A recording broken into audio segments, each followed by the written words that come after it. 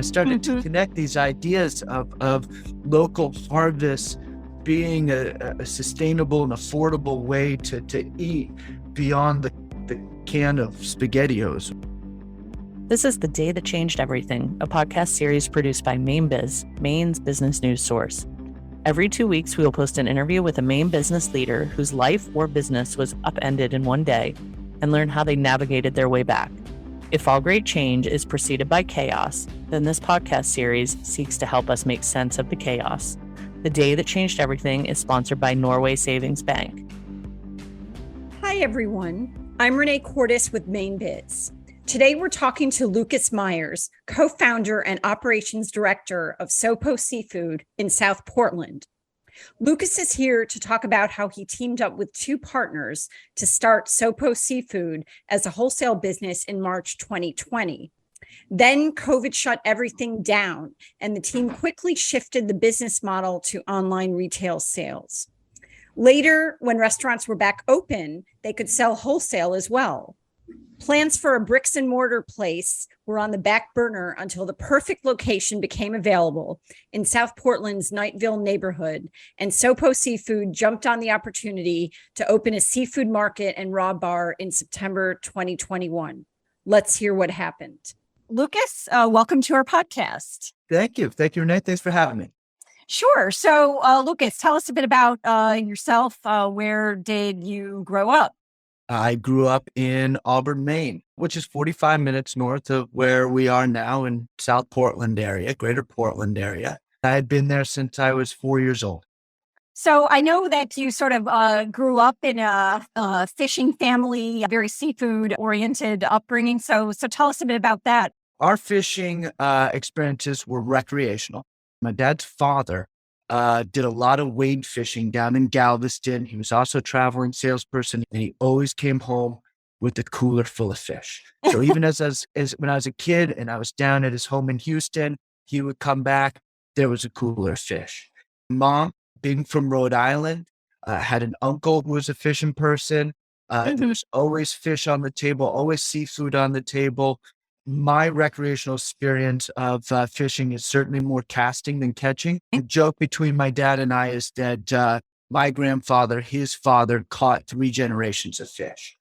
But you've carried on the tradition in your own way. Absolutely. Continuing to fish recreationally, going out for mackerel here in the Casco Bay. Eventually tried to use that mackerel to get striped bass. Okay. We dig clams in Ferry Beach, Scarborough. Okay. Bring those home. And so my family certainly enjoys the seafood harvest recreationally as well. I love seafood. When I got into the business at this wholesale level, I was picking and packing fish and scaling and gutting, and it was as if I was catching it myself. It was definitely a replacement for my lack of luck. I love that. And I remember you told me your mother was a very good cook and cooked a lot of seafood dinners. What were some of your favorites? My favorite was always linguine and clam sauce. That was definitely a throwback to her roots in Rhode Island. Clams are a big thing coming out of the mid-Atlantic. It's interesting, except for soft shell clams up here in Maine, there hasn't really been a hard shell clam harvest commercially until recently. So that kind of harkened back to her roots and from Rhode Island. So tell us about where you went to college and what you studied. I had the really good fortune to be able to go to Skidmore College, which is in Saratoga Springs, New York. I have been a baseball player my whole life. I got to play baseball at Skidmore College. I ended up majoring in philosophy. Not being 6'2" and left-handed, I never got to go to the major leagues and pitch. And being a philosophy major, there weren't a streamlined path to a job. Right. So right out of college, I did actually hike the Appalachian Trail through Maine and went down to Texas, lived down there for a year with my girlfriend and now wife at the time. Moving back and ended up getting this job, which was for the most part to pay my bills, to be able to afford an apartment in Portland, to be able to live with my girlfriend who was going to USM at the time. So this job that I got in the wholesale seafood business was just an immediate way to start paying bills and saving money. And lo and behold, it just became a passion. Working at this job and seeing all the different fish that we were bringing in and dealing with the harvesters who were coming in with their 5-gallon bucket of scallops or their baby eels, their elvers that they had just caught. It was thrilling to be part of this exchange. Didn't you also briefly have a stint as a substitute teacher? I did. That's true. So a minor in education from college led to what I thought was going to be a career in teaching, and I did. I got a job substitute teaching in my hometown, and that substitute teaching job became a long-term teaching position when the algebra teacher, I believe, went on maternity leave, and so I actually had my own classroom for almost a full year. And realized after that year was up that I just hadn't had the life chops, the life experience yet to be able to adequately teach beyond just the subject matter at hand, which I think is pretty important. And so, yeah, that then became the transition phase to the seafood world and the restaurant industry, which are definitely intertwined. So now let's go back to your job in Portland. You were working for a fish wholesaler, I believe. Yeah, that's Fish true. wholesaler. Sounds like it was very, a very physically demanding job. We were throwing boxes around. There were 75, 80-pound boxes. That was back when UPS and FedEx would allow us to pack boxes that big. And totes of, 100, 120-pound totes of fish and ice. And it might be cod being purchased from the Portland Fish Exchange or salmon being flown in from Scotland that had been farmed over in Scotland. And the list of fish that we were able to purchase, process, and then distribute to restaurants was just amazing. It was a world selection of seafood. And gosh, to be able to take some of that fish home and cook it at that kind of early impressionable age, it felt so incredibly special to be able to put this local cod on our dish at night to eat on a shoestring budget. And I started to connect these ideas of local harvests being a sustainable and affordable way to eat beyond the can of SpaghettiOs, which had been my sustenance to date, Yeah. And Lucas, tell me about what it was like. You were dealing both with the fishermen and the restaurant. So tell us about, what that world was like for you. Yeah, after packing seafood, scaling, gutting, doing the physical processing of the fish, I eventually graduated to a sales job in the same company where I was talking to chefs on the phone, talking to them about the seafood I had just seen down in the warehouse in the cooler, and giving them ideas for their menu. So we'd be on the phone and say, man, we just bought this cod, came off of this specific boat. I just had these scallops come in from this diver, and the chef would generate a menu around those options. The order would go in, it'd be shipped out to that chef. That chef might be local or might be in New York City, delivered on an overnight truck, or maybe shipped out UPS to Texas or California. And so these items, the seafood that I was seeing in the morning, talking to a chef in the afternoon, was ending up on the plate the next day. What a thrill to be part of that very tight process. It was just an amazing opportunity to be able to connect that dot from harvest to plate. And that's something that a lot of people have been talking about, certainly within the last decade, and I know longer, but on a national public consciousness scale, is our idea of a farmed table, harvested table. Right. People understand now it's part of our language, our culture, but back then, that was 25 years ago. There wasn't quite that connection on a national public conscious scale. And so for me to be able to make it was enlightening and eye-opening for sure. Oh, very exciting. And so now let's get into your path to entrepreneurship and sort of when did you start thinking of starting your own business? I've always loved oysters. I find them just special. They connect somebody's past to their present. Everybody has a story about oysters and where and when they first ate them and who they're eating them with. And then you have the oyster in hand, which is just a product of the present, where it was cultivated, the water is in. So people's experience of that eating an oyster is this connection between their past and the present. And it's, to me, just a thrilling culinary experience. And I wanted to do that beyond selling the oyster to a chef. I wanted to be the person behind the oyster bar, shucking it and handing it to that person. And so I thought this idea of an oyster bar would be the natural progression of that idea. And I talked to my dad about it, and we had talked a little bit about that aha moment. And my dad said, he gave me the advice to start small, to try this idea on a small scale and then develop it from there.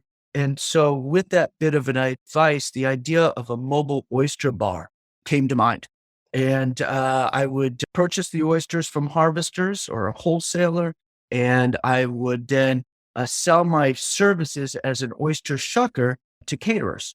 And the caterers could hire me to be part of their events. And so after selling seafood on a wholesale level for more than 15 years, it became long in the tooth, so to speak. Chefs are very demanding. Seafood is very perishable. The stress was very high. And so there's a point where I said, okay, I did this for potentially 20% of my life. I'm gonna go and I'm going to explore this idea that is going to allow me to kind of exercise that creative instinct I have with this idea that had been maturing in my mind over time. And so being married and having 2 young kids and a wife who was at the time wanting to explore her opportunities in the business world, it was a great time for me to say, okay, I've done this. I'm going to leave my job. I'm going to be able to give more time to my family at home. And at the same time, over time, evolve this idea of a mobile oyster bar. Right. And you started a business called O Oysters. Yeah. And for the first year, it was all about building this cart, which was a custom design. It's all stainless steel. It has big wagon wheels on it, has a working sink, has buckets that oysters are stored in refrigeration, has a canopy, kind of a throwback to these old oyster carts that people would be pushing down the streets, Pearl Street in Boston. At the same time, modern in that I could push it into a trailer and bring it anywhere. And so the first year was developing this cart, and at the same time, giving some time that I hadn't had with my family at home. And then a year later, O Oysters was able to launch. So quite a sophisticated cart. Now we're going to fast forward a bit to the story behind starting your other business venture, SoPo Seafood, with 2 business partners. Tell us about your business partners and how you knew each other and how this idea came about to start seafood business. Yeah, absolutely. My 2 business partners, Matt Brown, Josh Edgecombe, both also have ties to the seafood industry. I, as a mobile oyster bar, had an idea to be able to scale my business by starting a wholesale business where I could start to buy my oysters direct from the harvesters, have a cooler to store those oysters in. So out of necessity, from moving away from purchasing from a wholesaler who did those things for me to starting to be able to do those myself to kind of make my business vertical, I pushed forward with the idea of starting this wholesale business. And Matt Brown was there to say, yeah, I also want a wholesale business. I want to try my hand at purchasing fish myself, storing that fish and selling it directly to chefs, dealing with the shipping and receiving of that product. And Josh was there to say, yes, I also want to try my hand to be able to take that wholesale opportunity and turn it into an online retail market where people can also get the same product we're selling to chefs at home, whether it be through a local delivery on our own trucks or shipping them via overnight. And so we ended up with this kind of 3-pronged triumvirate of expertise that dovetailed very well together. Okay. And what niche were you guys seeking to fill? A very local, high quality niche. Our idea was that local is best for quality. And quality, of course, is best for the consumer. Now, there are a lot of local wholesalers that are selling to restaurants or selling to retail stores who are making this local Maine seafood available through a retail experience. Sure. Many of them have been doing it for a very long time. And we saw a niche in terms of a startup business that was founded on more modern systems. A lot of tracking software is available now, which allows somebody to track, let's say, an oyster from its harvest to its eventual delivery to its end consumer. So we've been able to streamline a lot of the traceability through modern software functionality. I see. And now let's talk about the timing of all of this. You guys, launched a business in 2020, March 2020. So, you were watching the news and what was happening. Was there any sort of nervousness? What were those, discussions like that you were having with your partners in early 2020, just before you launched?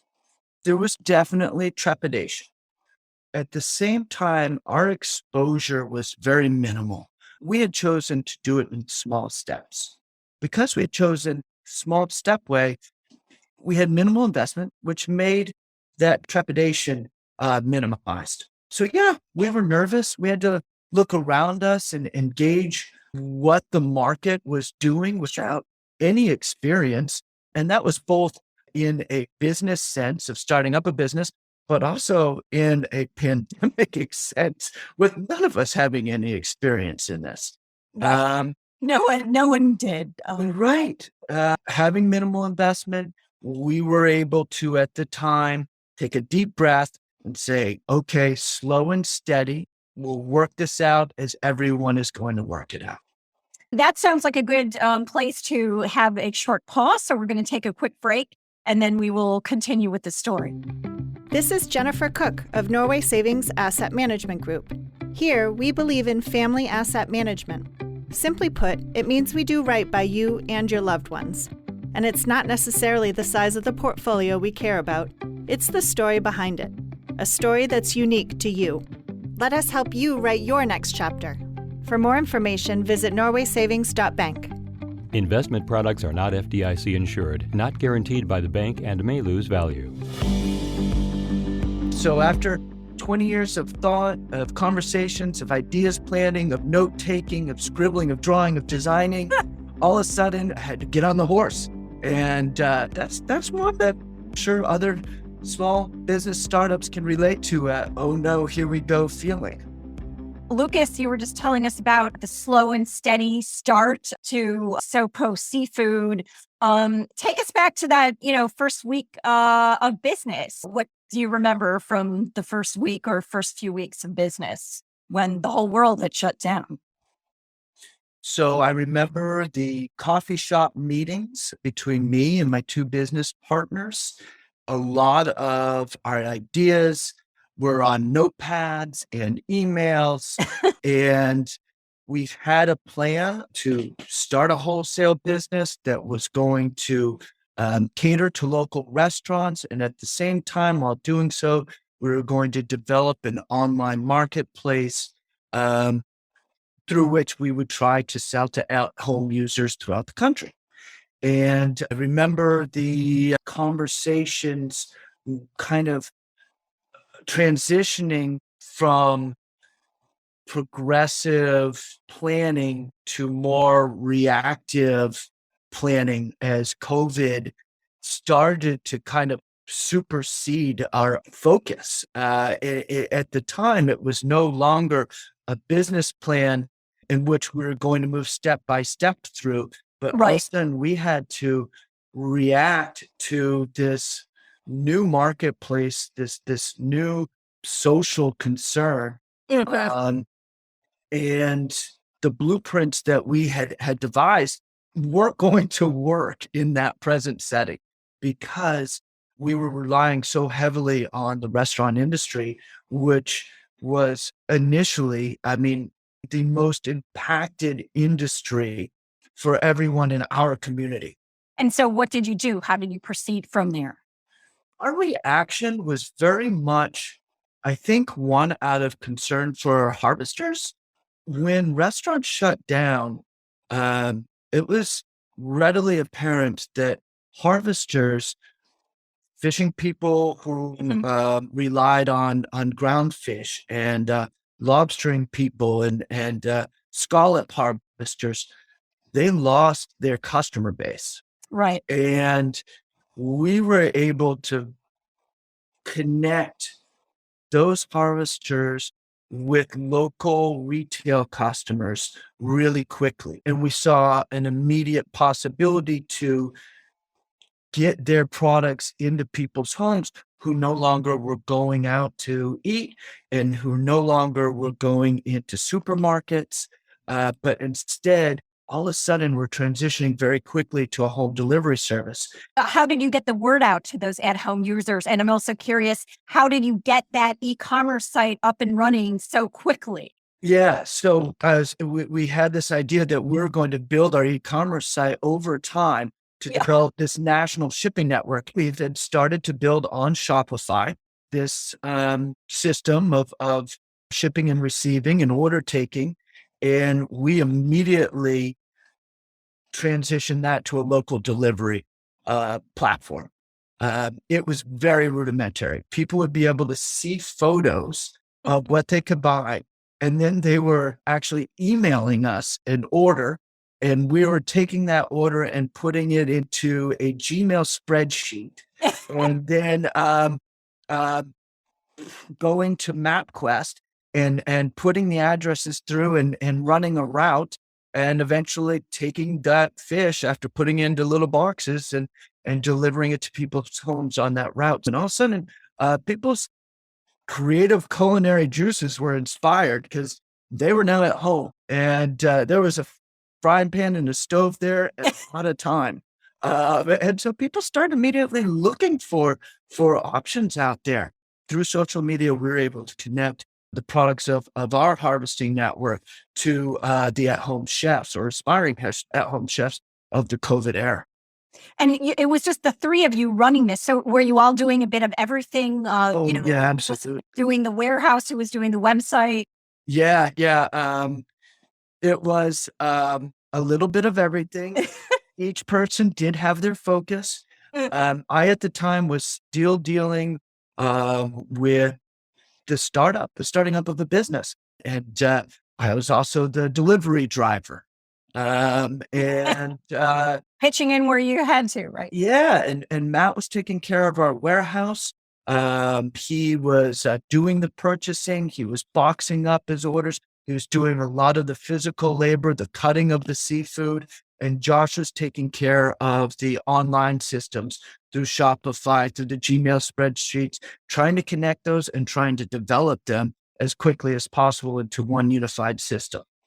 I see. And then eventually, when restaurants opened and they were doing takeout, did you start that line of the business? Yeah, and that didn't take long. It's amazing how resilient our restaurant community is, how creative they are, and how efficient they are in terms of getting their creative ideas into the marketplace. And so, yes, it did not take long for restaurants to all of a sudden start offering take up, curbside pickup. These were not curbside pickup wasn't a term used Right. COVID, and now it's ubiquitous in our language, right? And that happened so quickly. And we had people who were putting together culinary baskets. I think of Sir Lee, a restaurant in Portland, creating culinary baskets from their vending partners. And they had farm fresh screens and seafood from SoPo Seafood, cocktails, and a consumer could go to Sir Lee and buy a basket and pick it up on Friday night and have this culinary experience for 3 days over the weekend. So we were connecting with a lot of the chefs who were creating these very inspirational options for the at-home users. I know that you had an idea going way back when to have a seafood market and raw bar, and you sort of put that on the back burner for a while. Tell us about what your plan was and then how that changed. I've had desire to run a raw bar for over 2 decades. I'd even looked at space in a downtown South Portland commercial building.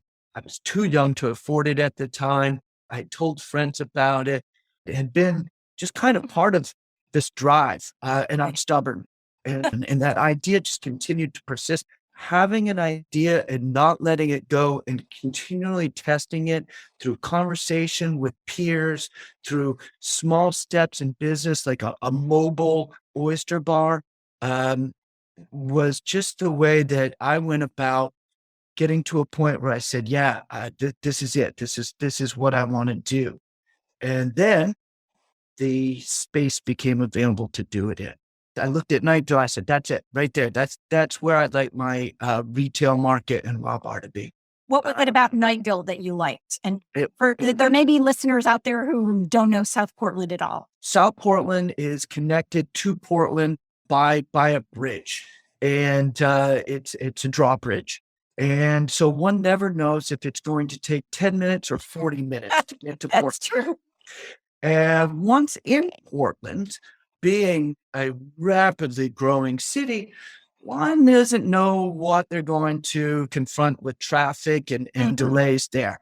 All of the seafood outside of our major supermarkets here in South Portland need to be traveled to. You had to go across the bridge and down into a very busy sector of Portland in order to be able to have that small, hands-on retail seafood experience. And There was nothing on this side of the bridge. I wanted to bring it to this side of the bridge. And that's what Knightville presented, was an area that was on this side of the bridge that had a main street that is not necessarily the center of South Portland, being a very spread out or sprawling city, but had the potential to be a center focus.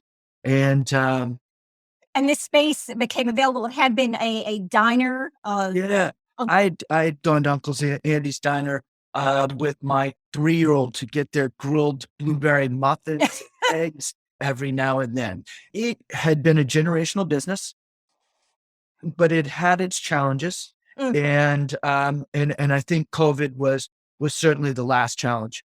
That the last hurdle they just couldn't jump. And so it did end up closing. And so after 20 years of thought, of conversations, of ideas planning, of note taking, of scribbling, of drawing, of designing, all of a sudden I had to get on the horse. And that's one that I'm sure other small business startups can relate to. Oh no, here we go feeling.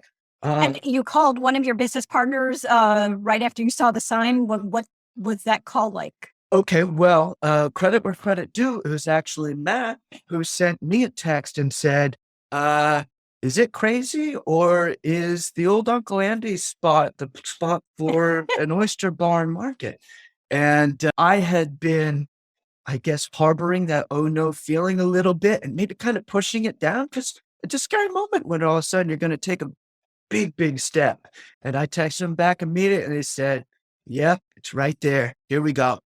And how fast did you guys then act? How fast did you jump on this opportunity? I reached out to the owner of the building the next day. And the site had been up for a little while. And it was 2 years ago. So people were not filling rental spaces. Businesses were going out of business. They weren't going into business. And so fortunately, the owner was very open-eared. And so we did have an extended conversation about what the space could become and how we'd go about doing it with the owner, who became a partner in that initial development, which was simply getting the space rented under contract. Right. And didn't you spend a whole year refurbishing this place and getting it ready? Yeah. We did end up actually gutting it right down to the studs, pulling up the floor, the ceiling. It was a shell by the time we had done the demo.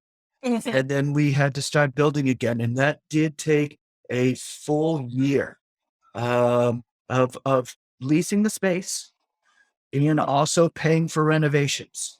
SoPo Seafood was still a fairly new business. So was it a kind of scary thing to then be putting money into this bricks and mortar operation? Oh gosh, yeah. So every dollar that we were making through our wholesale and online functions was being reinvested in the construction and development of the space.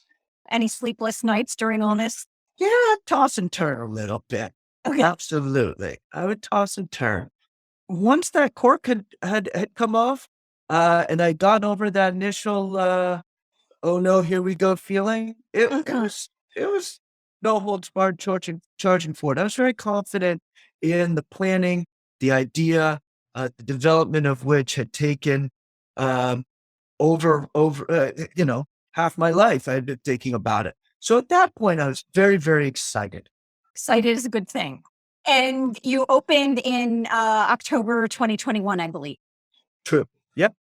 What was that first day like for you? I mean, to see that dream realized, going back decades, all the scribblings and the sketches. Um I did not let myself get uh caught up in that.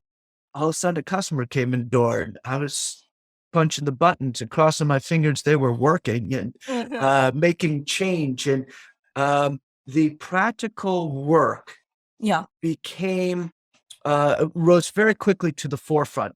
And so I never really got to dive into the emotions of starting up a business and having it all of a sudden operating for real. Right. And let's fast forward to today. How is business going? If you can just share a few words. How big is the team now? So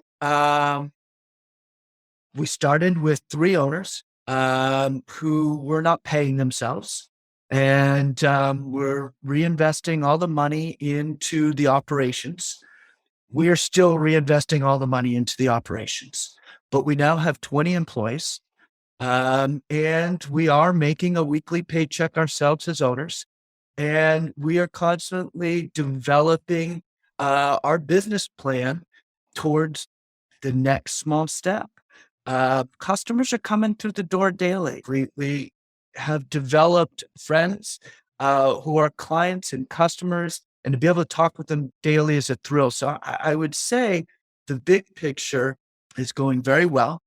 The small picture, which is the daily grind, is difficult. It's a challenge to deal with the finances, to deal with the regulations, to deal with crew of employees who all have their own personal needs, which are most important to us, and to do all that in an economy that is causing concern for people both in business and at home.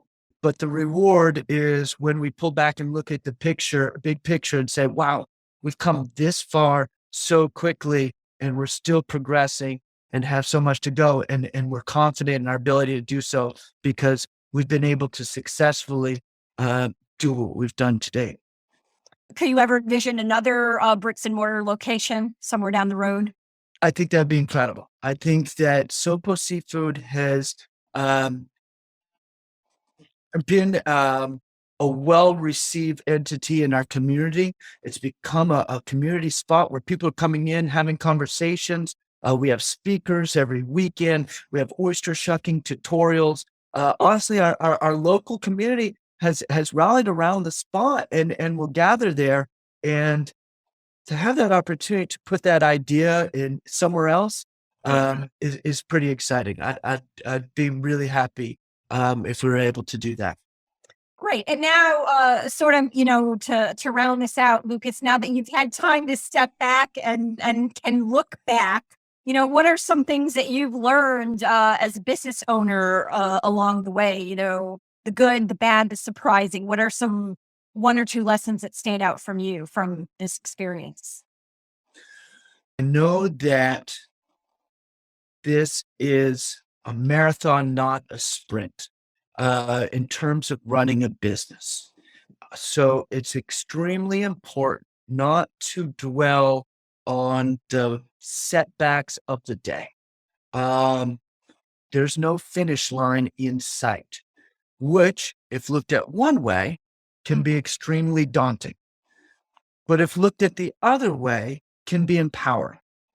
And so my daily challenge is to feel relieved that this is a long-term process so that I don't need to be frustrated by the setbacks of the now. And I think that'd be important for any business owner who's starting up a business to come to terms with, to know that it's okay that there's no finish line. Come to terms with that. There's going to be plenty of time to correct course. At the same time, the most difficult part of the business for me in the startup phase was not the starting up of it. Eventually, I had the oh no moment. Here we go. But the excitement around materializing an idea is constantly driving me forward. Now that that idea is real and it's happening, now we're in a grind. And the grind can be challenging.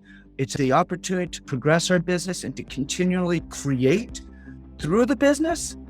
That's what's going to relieve the stress of the grind for me and hopefully for other business startups. This has been a production of Maine Biz. Find out more about this podcast and other Maine Biz media products at mainebiz.biz. The Day That Changed Everything is sponsored by Norway Savings Bank. The Maine Biz podcast team includes Renee Cordes, Will Hall, Allison Mason, and Andrea Tetzlaff. Audio editor and producer is Chris Sedanka. Logo and marketing design by Matt Selva. Subscribe to the Maine Biz podcast at mainebiz.biz or via iTunes, Spotify, or wherever you listen to podcasts. Copyright 2022.